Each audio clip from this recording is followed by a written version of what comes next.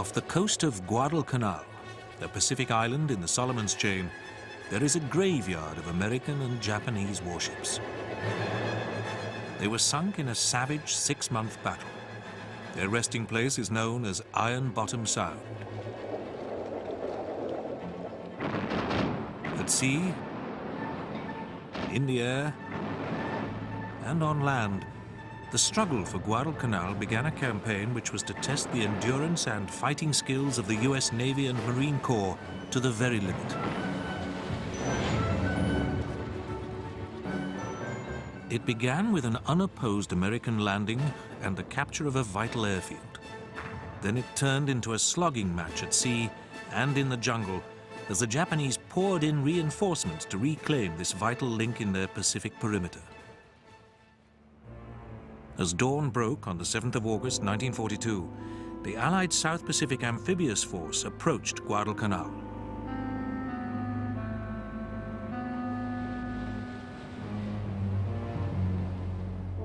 Witness to their arrival was Martin Clemens, a member of a remarkable organization, the Coast Watchers.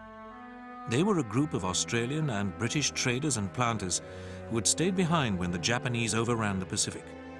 Clemens and colleagues like Henry Jocelyn reported enemy naval and air movements on the bulky radio sets with which they had been provided. The Coast Watchers and their Melanesian assistants formed a unique observation screen running from the border of Dutch New Guinea to the New Hebrides.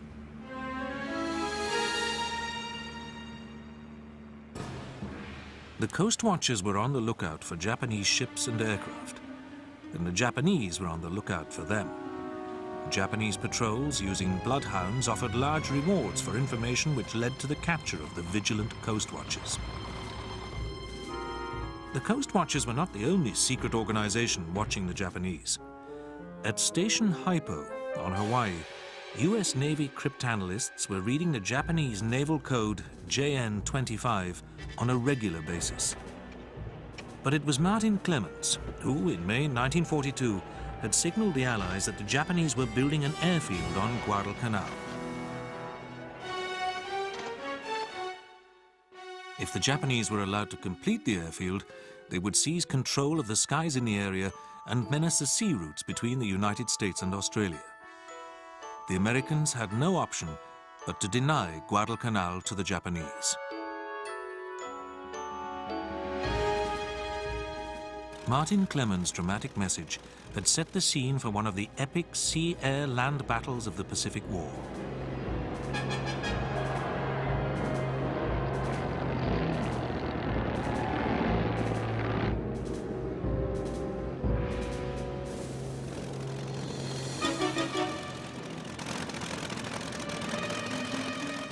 It would be a fight to the finish.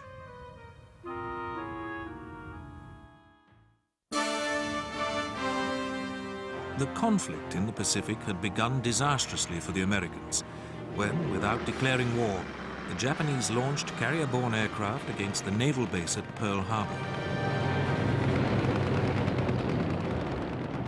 The Japanese had sunk or disabled 7 of the 8 battleships berthed at Pearl Harbor. But the US Pacific Fleet's carriers were at sea and escaped destruction. Before Pearl Harbor, the commander of the Japanese Combined Fleet, Admiral Yamamoto, had warned Emperor Hirohito that if Japan went to war with the United States, he could guarantee only 6 months of victory. Yamamoto knew the United States well and had a healthy respect for the untapped power of American industry.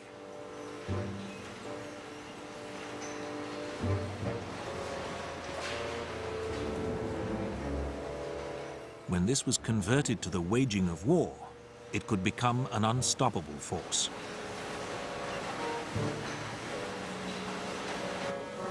Only the destruction of the US Pacific Fleet and its vital aircraft carriers could buy Japan the time it needed to secure the vast Pacific perimeter won in the first 6 months of the war.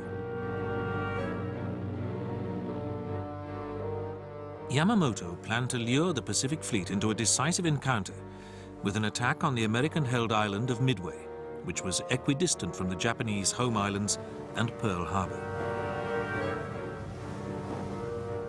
Midway was the keyhole through which American warships could still pass. In April 1942, it had admitted the American carrier Hornet, which had launched an air raid on the Japanese home islands led by Colonel James Doolittle. The American bombers had inflicted little damage on Japanese war industry. But several of them had flown directly over the Imperial Palace. They had orders not to drop bombs, but the implicit threat to the life of the Emperor, whom the Japanese regarded as divine, had a seismic effect on their military high command. It decided to close the Midway keyhole once and for all. The plans for the capture of Midway, until then the subject of heated debate in the Imperial Navy, were approved and brought forward. Yamamoto was confident of success. Victory at Midway would tighten the Japanese grip on their Pacific Empire. At this stage in the war, the Japanese were in the grip of what they would later call victory disease. The colonial powers in the Far East, the Dutch and the British and their American ally, had been humbled.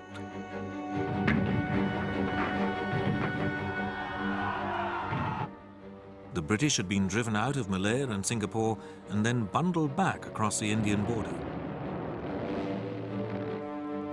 All this had been achieved at remarkably little cost to the Japanese.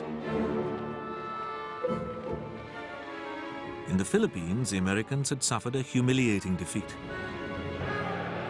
Fatally underestimated by their European and American enemies, the Japanese imperial forces had proved masters of war on land, sea, and air. They stood at the gates of India, and their bombers had raided the port of Darwin in Australia's Northern Territory. The Japanese seemed to hold all the cards. But the Americans had the most important card of all up their sleeve. The breaking of JN-25 had given the American codebreakers a ringside seat at the formulation of Japanese strategy. The decryption of coded naval signals had revealed Japanese plans to strike at Port Moresby in New Guinea, so as to complete their conquest of the island. The commander of the US Pacific Fleet, Admiral Chester W. Nimitz, dispatched the carriers Lexington and Yorktown to position themselves in the Coral Sea so as to intercept any Japanese forces attacking Port Moresby. The Japanese invasion force from Rabaul was covered by 3 aircraft carriers. On the 8th of May, each side located the other's carrier forces. The Battle of the Coral Sea was the first carrier versus carrier battle in naval history. Lexington was set ablaze by a leak in her aviation fuel lines and had to be abandoned. But the Americans hit back by disabling the Japanese carrier Shokaku. Tactically, the battle was a victory for the Japanese. However, they were forced to abandon their attempt to seize Port Moresby, and the threat to Australia was removed. The battle also convinced the American carrier force that it was the equal of the Japanese.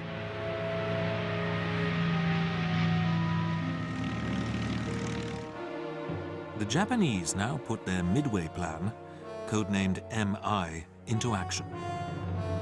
A diversionary attack was to be launched against the Aleutians in the north, while the Japanese First Air Fleet, commanded by Admiral Nagumo, concentrated against Midway. Meanwhile, the battered Yorktown underwent hasty repairs at Pearl Harbor before rejoining Task Force 17 under the command of Admiral Frank J. Fletcher.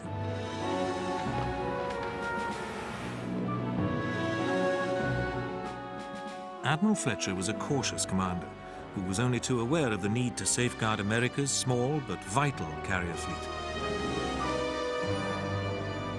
Yorktown sailed to join Hornet and Enterprise, which formed the core of Task Force 16, under the command of Admiral Raymond A. Spruance. At this stage in his career, Spruance was inexperienced in carrier warfare. Both Spruance and Fletcher knew that the odds were stacked against them. The Japanese First Air Fleet fielded 6 large carriers, of which 4 had been allocated to the Midway operation. When battle was joined, 180 American aircraft would face 270 Japanese. For all the emerging fighting skills of the American carriers and their air groups, these were daunting odds.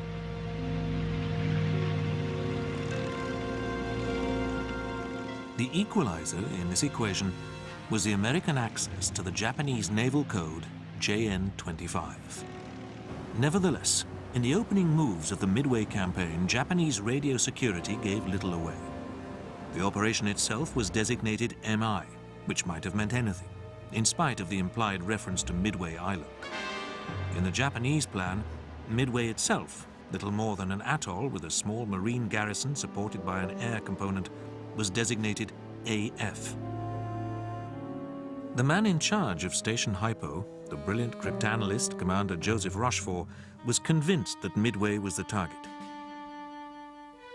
But US Fleet Commander-in-Chief Admiral Ernest J. King believed that the First Air Fleet was about to strike at the west coast of America. So Rochefort decided to set a trap. On a secure telegraphic link, he instructed the American garrison on Midway to radio in clear that it was running out of fresh water. The Japanese swallowed the bait. Shortly after Midway had requested fresh supplies of water, an Australian antenna of Rochefort's network intercepted a Japanese cipher transmission which indicated that AF had reported that it was short of water.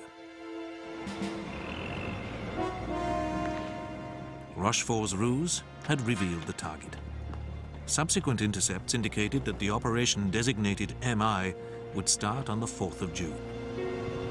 The American carriers were in position to intercept the First Air Fleet when it launched its attack on Midway.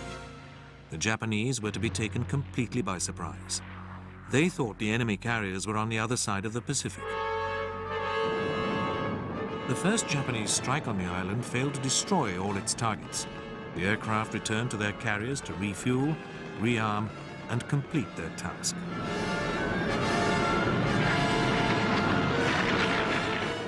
But then the fate of the Imperial Japanese Navy was decided within the space of exactly 5 minutes on the morning of the 4th of June, 1942.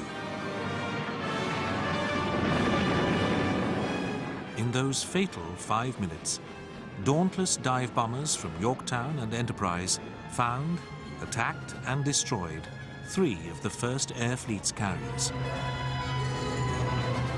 The First Air Fleet had ceased to exist. With the carriers went the Japanese dream of empire. The Japanese struck back. Aircraft from their surviving carrier, Hiryu, disabled Yorktown. The carrier was abandoned and later sunk by a Japanese submarine. But Hiryu did not survive for long. As dusk approached, she too was found and wrecked by American dive and torpedo bombers.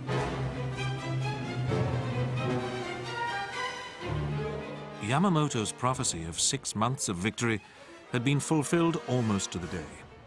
But Yamamoto knew that the Japanese losses could never be made good. The initiative now lay with the Americans. Although they had not lost a single foot of territory, the Japanese would now be forced to defend a vast ocean empire which might be attacked at any point by the gathering might of the American war machine.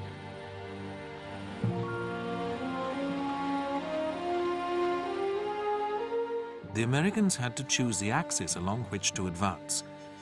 To reach Japan's home islands, they could either strike in the south through the Solomons, New Guinea, and the Philippines, or they could mount a drive through the Central Pacific aimed at the island of Okinawa.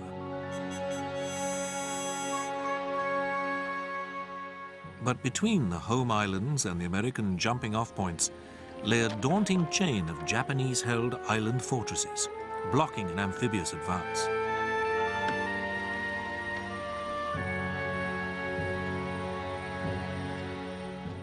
The choice of route depended on agreement between the Navy commander in the Pacific, Admiral Nimitz, and General Douglas MacArthur, commander of the Army forces in the Southwest Pacific with his headquarters in Australia.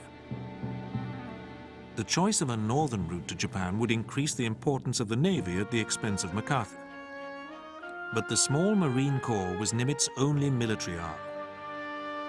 Nor had the Navy yet developed the specialist assault craft and fleet trains to send it striding across the Pacific.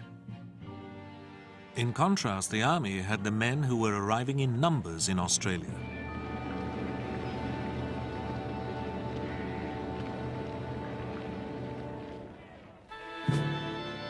The route through the southwest Pacific, with a jumping-off point near Australia, would carry the army through larger islands, yielding some of the resources needed to sustain the offensive. This route would also need less of the presently overstretched shipping services. But the southern route would emphasize the army's role at the expense of the navy, and the brilliant but overbearing MacArthur was not popular with the naval high command. They feared that in these circumstances he would usurp the overall direction of strategy.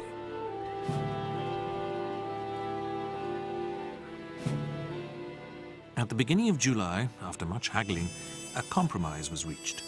The initial emphasis would be on the southern route, but the area would be subdivided, giving certain parts to MacArthur and the army, and others to Nimitz and the navy.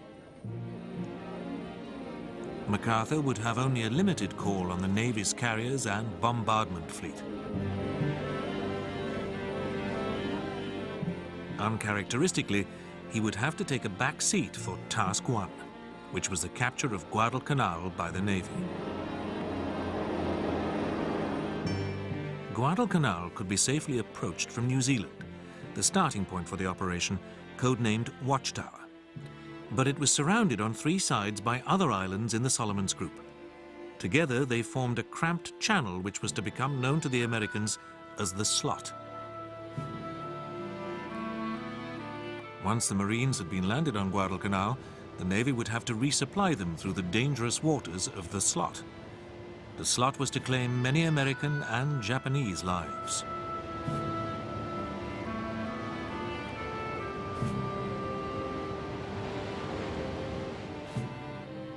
The commander of the Marine Corps landing force assigned to Watchtower, General Alexander A. Vandergrift, was under no illusions about the difficulties of the task which lay ahead. His force of 18,000 men consisted largely of raw troops. He had only 2 months in which to prepare. And his naval escorts had little or no experience of amphibious operations. The men nicknamed the venture Operation Shoestring. There was another problem. On the eve of the Battle of Midway, the Japanese switched to a new code, JN-25C. Station Hypo was plunged into the dark. While the code breakers struggled to break into JN-25C, they had to rely on traffic analysis. By studying the volume and frequency selection of Japanese radio traffic, the Americans could draw general conclusions about the activity of the enemy's armed forces.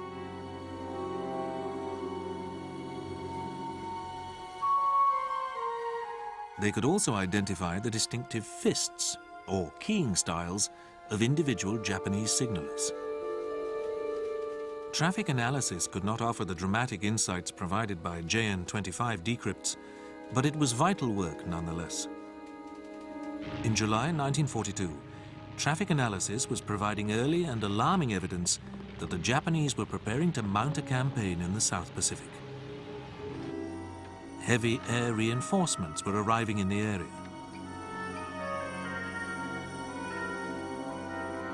As the Americans prepared, there was a sharp increase in enemy convoy activity, and Japanese radio traffic indicated that a powerful cruiser force was being deployed in the Guadalcanal area.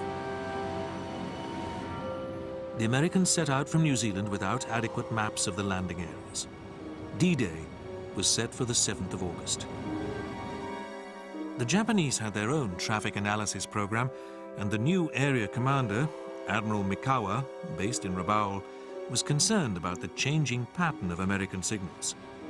But his subordinates dismissed the suggestion that the Americans were about to land in Guadalcanal. On the 7th of August, the men of the 1st Marine Division waded ashore on Tulagi and Guadalcanal, just a few miles east of the Japanese airfield.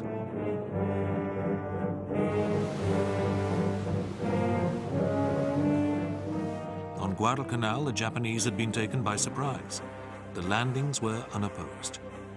This was fortunate, since the beaches rapidly descended into chaos as men, munitions, and stores arrived in completely haphazard fashion. But on Tulagi, and nearby Tanambogo and Gavutu, the Americans ran into furious opposition from the Japanese garrisons. It was an ominous sign of things to come.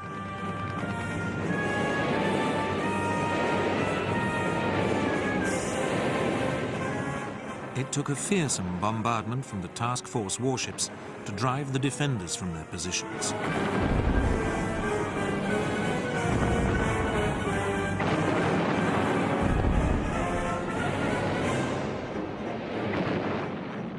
Within 36 hours, the Marines had taken the Japanese airfield, which was renamed Henderson Field after a Marine pilot who had died at Midway.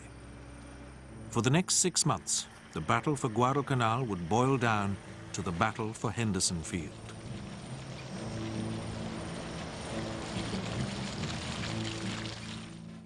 The Marines would soon be deprived of the air cover provided by Fletcher's carriers. Anxious about the losses his fighter force had already sustained, Fletcher decided to withdraw his ships. These included Saratoga, Wasp, and Enterprise. Fletcher was backed by Admiral Richmond K. Turner, the amphibious force commander, who had also decided to pull out. Vandergrift and the Marines were now left on Guadalcanal on their own.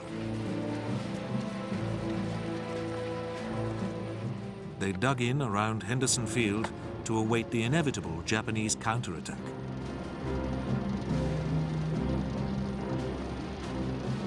By mid-afternoon on the 7th of August, a force of 7 Japanese cruisers, commanded by Mikawa, was racing towards Guadalcanal.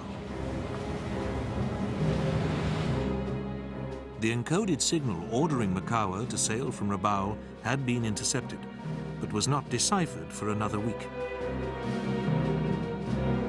The Americans had lost their intelligence edge. For their part, the Japanese were supremely confident.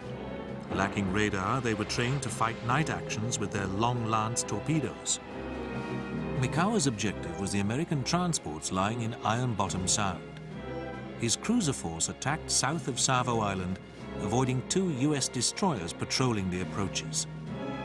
The U.S.-Australian naval force under the Royal Navy's Admiral Crutchley was divided into a southern group of 3 cruisers, and a northern group, also of 3 cruisers, positioned to screen both possible approaches.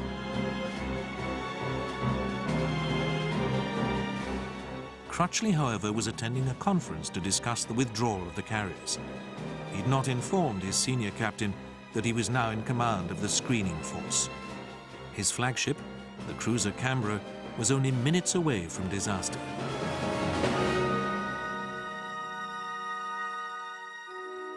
When Mikawa rounded Savo Island and encountered the Allied southern group, the result was fatal confusion. Illuminated by Japanese flares, Canberra was hit by a hail of gunfire.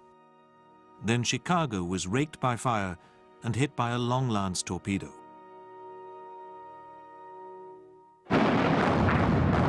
In less than 10 furious minutes, Mikawa had put the southern screening group out of action. Somehow, Canberra remained afloat until the next morning, when her crew were taken off. She was then sent to the bottom by a torpedo fired by an American destroyer. The battered Chicago lived to fight another day. Mikawa then turned his attention to the cruisers in the northern group, Quincy, Vincennes,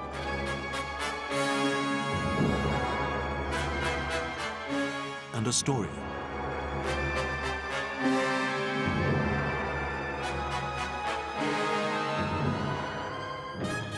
The Japanese force now split into 2 columns, steering northeast towards the still unprepared US ships. In less than 3/4 of an hour, Mikawa's force sank Vincennes and Quincy and crippled Astoria. Only the cruiser Australia now stood between Mikawa and the transports. But fearing attacks from American carrier-borne aircraft at first light, he did not press on. This proved to be one of the most fateful decisions of the Guadalcanal campaign, and one which earned Mikawa the personal censure of Admiral Yamamoto.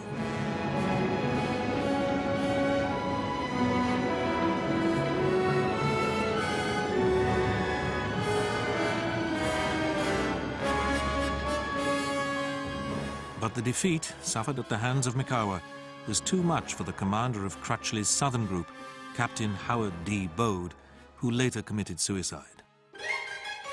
Meanwhile, the Marines consolidated their positions around Henderson Field. The first aircraft, 12 Dauntless dive bombers and 19 Wildcat fighters, arrived on the 20th of August. The Japanese High Command had not yet grasped the seriousness of the threat posed by the Marines on Guadalcanal. They launched an unsupported battalion strength attack on Henderson Field.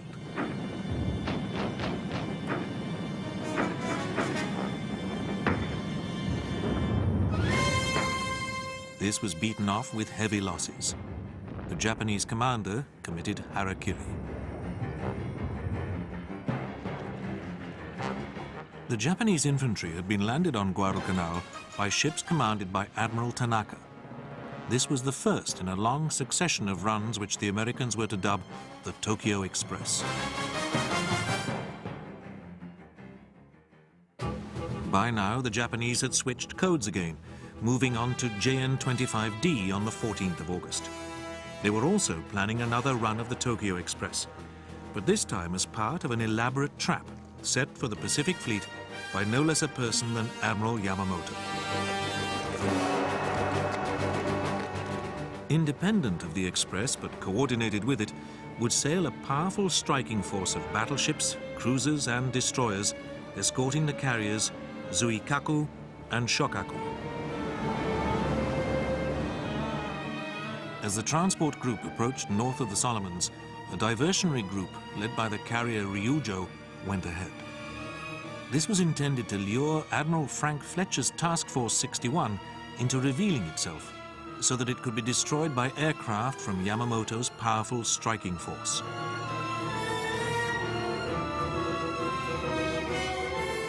On the 24th of August, Ryujo was duly sighted by Admiral Fletcher's task force patrolling east of the Solomons. Dive bombers from Enterprise sent the light carrier to the bottom.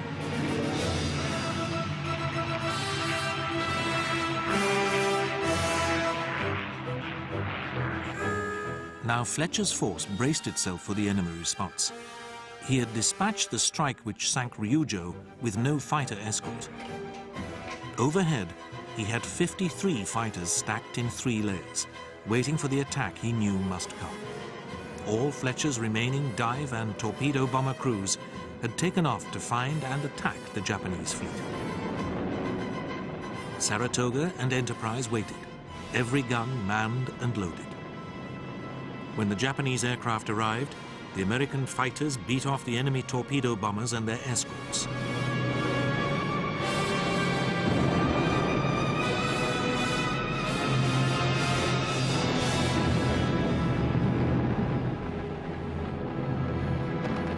But about 30 dive bombers arrived undetected over Enterprise. She was hit by 3 bombs, 2 of which crashed into the carrier's vitals before exploding. Enterprise lay dead in the water for some time before limping off to safety. Meanwhile, aircraft from Saratoga had hit and badly damaged the seaplane carrier Chitose. The next day, Marine Corps aircraft flying from Henderson Field attacked Tanaka's transports and hit his flagship, Jinsu. Henceforth, the Tokyo Express would only run at night.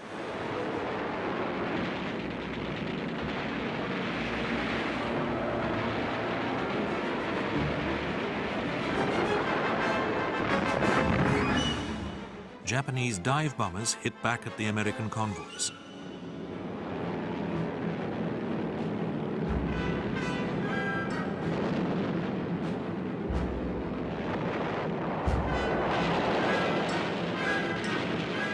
Both sides were now raising the stakes in the battle for Guadalcanal, striving to land reinforcements while choking off the enemy's attempts to do the same. On Guadalcanal itself, fighting raged around a ridge 1 mile southwest of Henderson Field, soon to be dubbed Bloody Ridge.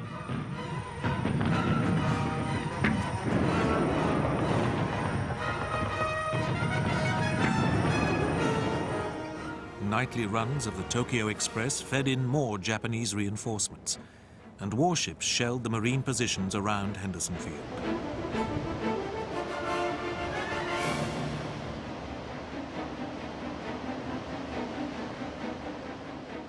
Vandergrift was beginning to lose the numbers war on Guadalcanal.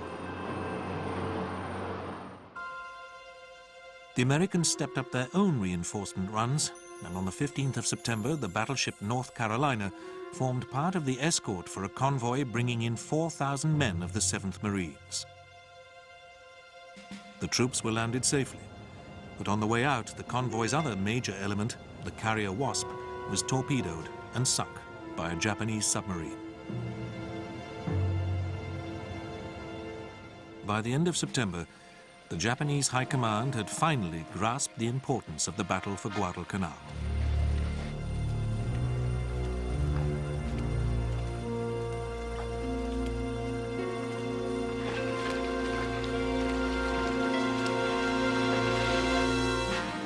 They also kept a grip on their signal security. They rang the changes on JN-25 and began a wholesale overhaul of their communication system. The American codebreakers, who'd been feeling their way back into JN-25, were once again forced to rely on traffic analysis. Conditions on Guadalcanal were appalling. The landing beaches clogged with the detritus of war. The fetid jungle alive with leeches and disease. The Japanese resolve to wrest Guadalcanal from the Marines was confirmed on the 9th of October with the arrival on the island of the commander of 17th Army, General Hyakutake, to take personal charge of the campaign.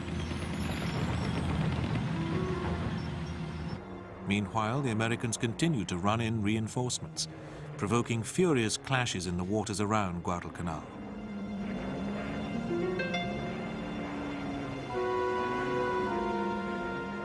More victims for Iron Bottom Sound.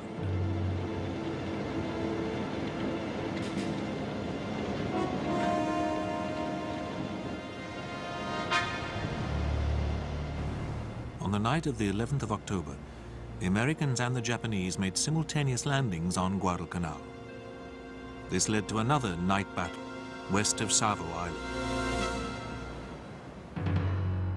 A heavy cruiser task force commanded by Admiral Norman Scott took the Japanese by surprise. At the end of a confused and bitterly fought encounter, Scott was able to claim victory, proof that the Japanese were no longer invincible by night. Exploiting his advantage in radar, Scott had been able to maul the escort accompanying the Tokyo Express. In the dark, the Americans were no longer all at sea, although they lost a destroyer and one of Scott's heavy cruisers was badly battered.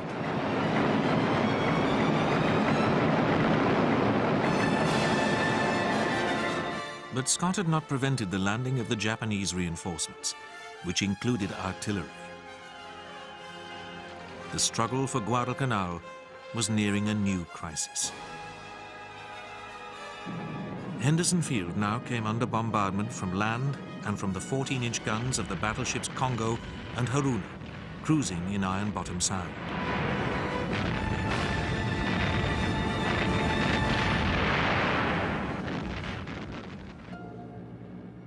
Meanwhile, the American codebreakers were back in business.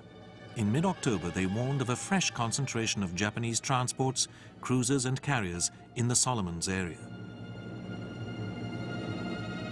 At the same time, the Japanese ground strength on the island matched that of the Marines.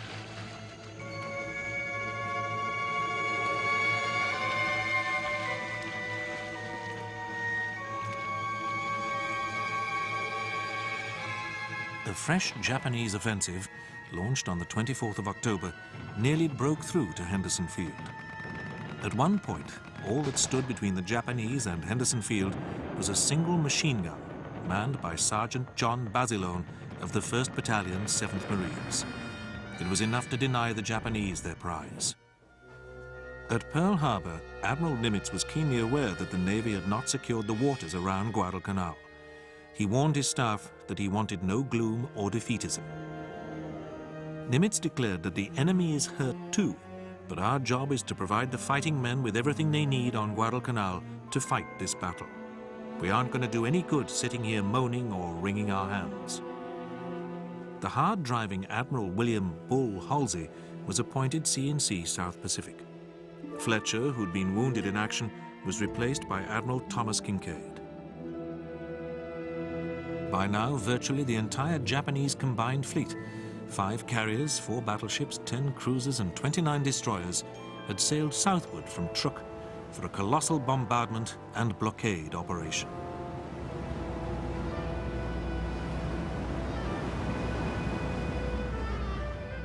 American cryptanalysts intensified their warnings of another Japanese offensive, although they could not pinpoint the precise date and location of the thrust. But Guadalcanal seemed to be the most likely objective.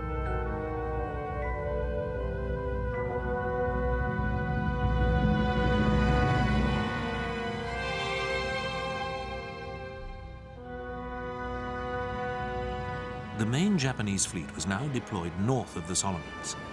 In Yamamoto's words, his warships were waiting to apprehend and annihilate any powerful forces in the area.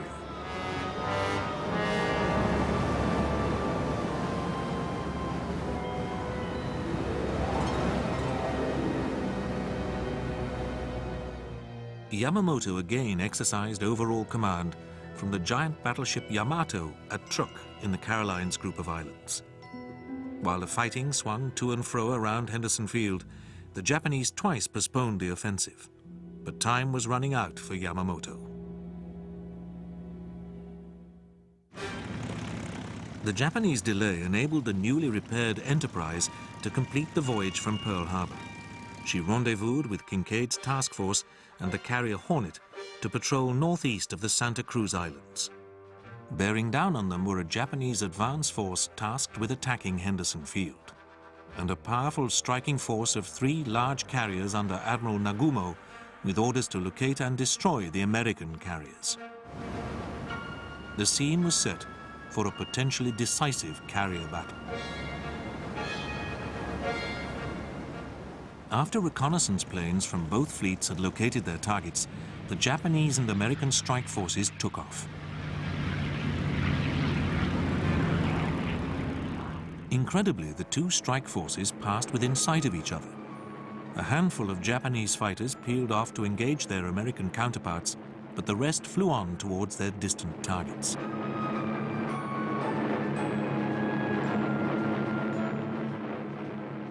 Shortly after 9 a.m., the Americans attacked the enemy carriers. There were direct hits on Shakaku and Zuiho.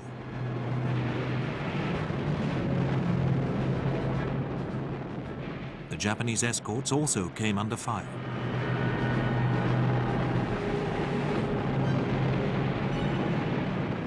Within 10 minutes, the Americans were also under attack. Hornet was hit by bombs and torpedoes, and in a sinister new development, the carrier was also the target of 2 Japanese suicide planes.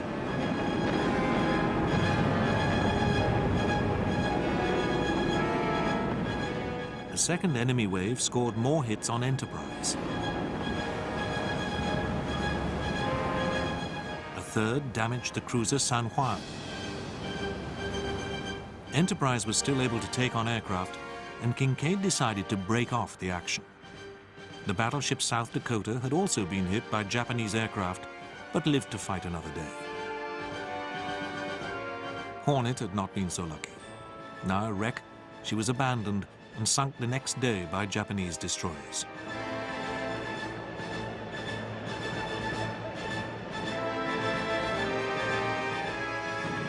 The Japanese had won a tactical victory, but they could not afford many more like it.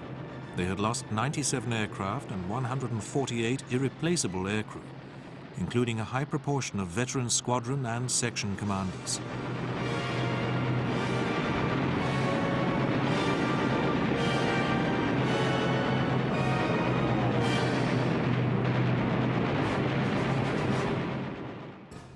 The Americans could afford their losses, but Admiral Nagumo's dead airmen were gone forever. But the Japanese were not prepared to concede defeat on Guadalcanal. In the first 2 weeks of November, their destroyers ran in thousands more troops. Now they outnumbered the Marines on the island.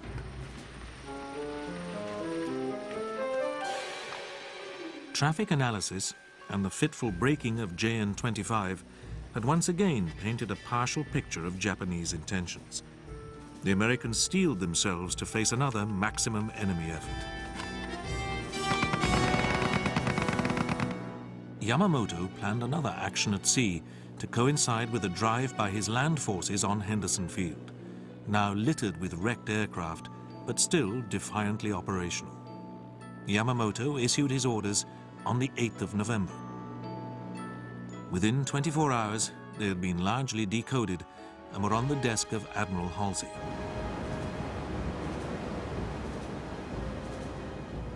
The Americans now anticipated a renewed assault on Guadalcanal and a drive on Henderson Field on the 12th of November. Halsey was given more details on the 10th, but he didn't know the size of Yamamoto's force, nor was he aware of Yamamoto's plans to bombard Henderson Field. The bulletin issued by Halsey on the 10th of November stated, "Big Japanese offensive against Guadalcanal to begin soon. Believe enemy striking force intends to hit that place, followed by attempted landings by army units from transports."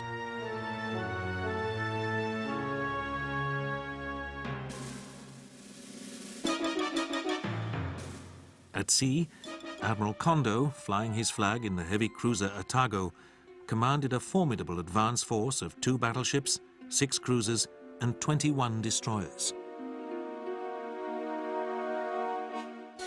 They were accompanied by a bombardment group of 2 battleships, a light cruiser, and destroyers, and another support group drawn from 8th Fleet of cruisers and destroyers.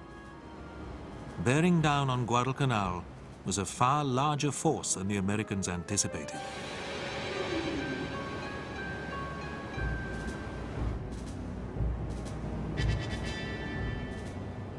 But in one vital respect, the Japanese were under strength. 3 carriers were on their way back to the home islands for repairs and fresh air crews. Only the carrier Junyo was at sea with Kondo. Halsey was in no better shape. He had only 1 carrier, Enterprise, undergoing repairs in New Caledonia, the battleships Washington and South Dakota, 8 cruisers, and 22 destroyers. But Halsey had no intention of avoiding battle. He ordered Kincaid to sail on the 11th of November and be prepared to strike at enemy targets in the Guadalcanal area. Kondo's fleet positioned itself 150 miles north of Guadalcanal. The bombardment force was dispatched to shell Henderson Field, while Admiral Tanaka landed reinforcements at Tasafaronga Point, northwest of the American beachhead. On the night of the 12th of November, the bombardment force collided head-on with the Americans in Iron Bottom Sound, southeast of Savo Island. Another night battle ensued.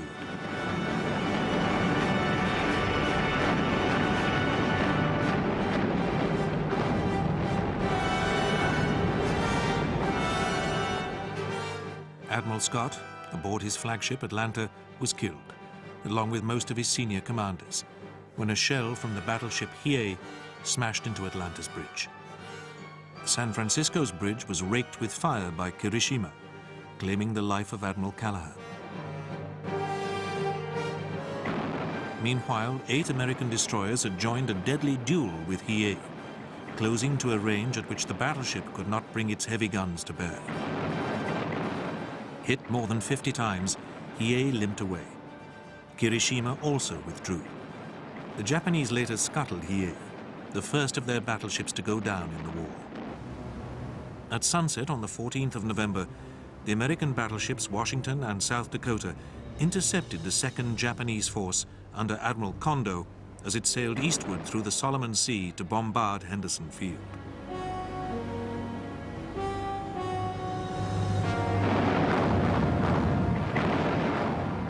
Long Lance torpedoes put 3 of the Americans' 4 destroyer escorts out of action.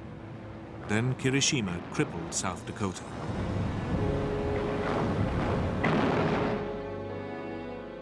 Moving in for the kill, Kirishima was engaged by Washington at a range of 5 miles. Washington opened fire by radar. Hit by a succession of broadsides, Kirishima was set ablaze and abandoned. Kondo, in the cruiser Tagao, sailed away at full speed. Meanwhile, Kinkaid's task force, including the wounded Enterprise, was heading north to engage Tanaka's convoy. Carrier-borne aircraft sank 7 of the Japanese transports.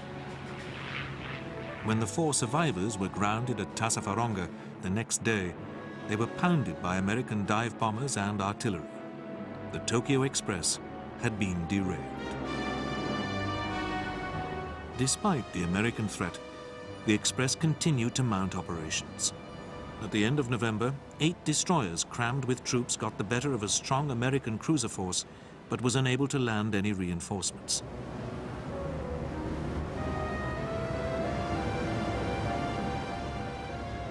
The American grip on the approaches to Guadalcanal was now tightening.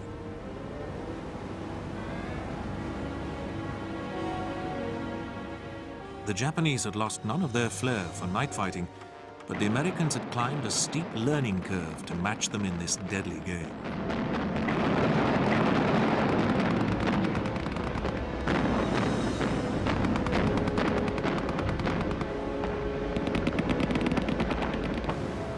The Japanese now resorted to submarines to run in supplies to 17th Army.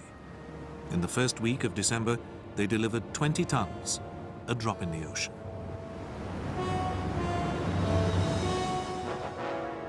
But once again, radio intelligence came to the aid of the Americans, giving advance warning of many of the submarine runs. On the 9th of December, radio intercepts enabled the Americans to arrange a PT boat ambush. 2 PT boats lay in wait for the submarine I-3, which obligingly surfaced between them and was sunk with a single torpedo. Victory on Guadalcanal was in sight. The Americans now held the upper hand at sea and in the air.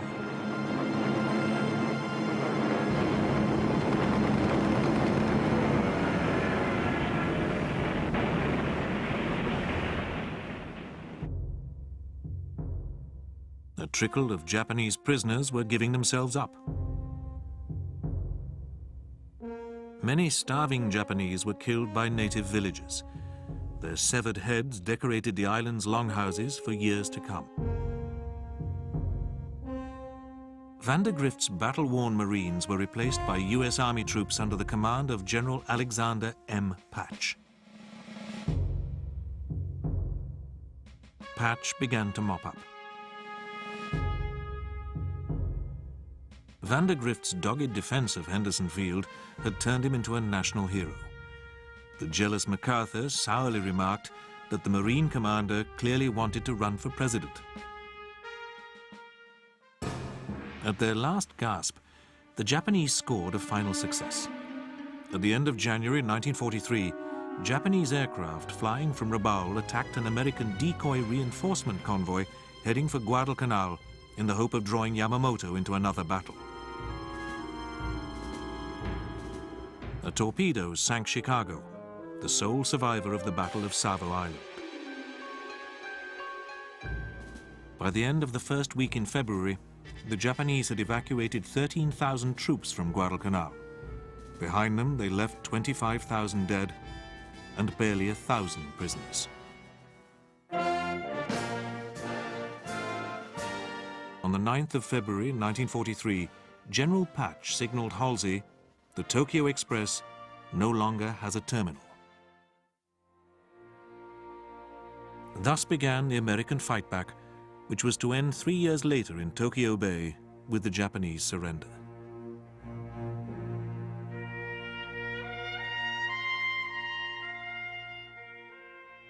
And today, divers still explore the secrets of Guadalcanal in the underwater cemetery in Iron Bottom Sound.